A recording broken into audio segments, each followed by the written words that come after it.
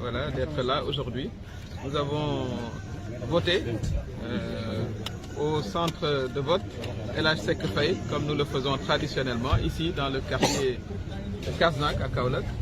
Cette école, c'est l'école où j'ai commencé, l'école primaire. Donc c'est toujours avec beaucoup d'émotion que je reviens plusieurs décennies après pour effectuer mon devoir citoyen. Les choses se passent normalement, dans le calme, comme d'habitude. Et c'est l'occasion vraiment d'appeler les électeurs à sortir massivement. Il est trop tôt pour parler de taux de participation, bien sûr, mais j'invite vraiment tous les électeurs à venir accomplir leur geste citoyen. Parce que la démocratie, elle se nourrit aussi de la participation citoyenne. Pour que les députés qui seront élus soient élus par une large base de nos concitoyens, c'est très très très important. Je souhaite, comme ça a été le cas à la fin de la campagne, nous avons déploré vraiment les incidents violents qui se sont déroulés, qui je considère sont derrière nous. C'est l'occasion de féliciter d'ailleurs aussi les forces de sécurité qui ont rétabli les choses. Et aujourd'hui, nous allons voter, Inch'Allah, dans le calme total.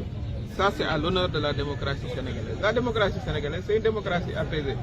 Ceux qui viennent avec des attitudes violentes, c'est une exception. Ça, il faut aussi le noter, pour que tout le monde le sache. C'est une exception, une minime exception. Et je considère que d'ailleurs, bientôt, voilà, ils feront partie du passé. Parce que ce que les Sénégalais souhaitent, c'est vraiment d'aller voter dans le calme, d'accomplir leurs activités politiques dans le calme, être des citoyens politiques civilisés. Voilà, c'est la tradition du Sénégal, la civilité politique.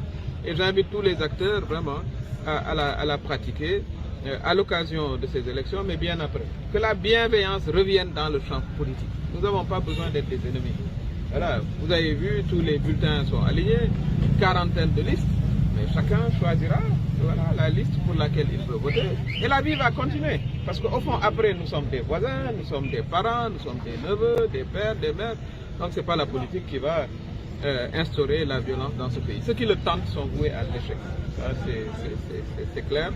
Et je souhaite que vraiment ce soit les derniers épisodes sourceux de violence qu'on connaîtra. Mais tout ça a été rapidement maîtrisé et comme vous l'avez suivi, la campagne finalement s'est bien terminée. Et aujourd'hui, c'est un jour de vote calme. Donc mon message central, c'est que les électeurs sortent, qu'ils aillent voter, qu'ils accomplissent, comme j'ai dit, leur geste citoyen. C'est important. Les jeunes, les femmes, les personnes âgées, j'invite les jeunes à accompagner leur tante, leur grand-mère, arrière-grand-mère, tout le monde doit venir voter. La démocratie, c'est pour tout le monde, les élections, c'est pour tout le monde. Je voudrais terminer aussi en vous félicitant. On ne parle pas beaucoup de vous, la presse, mais vous avez fait un travail formidable sur l'ensemble du pays, dans les départements, voilà, en toute impartialité, pour l'essentiel. Pour l'essentiel, vous avez été tous impartials.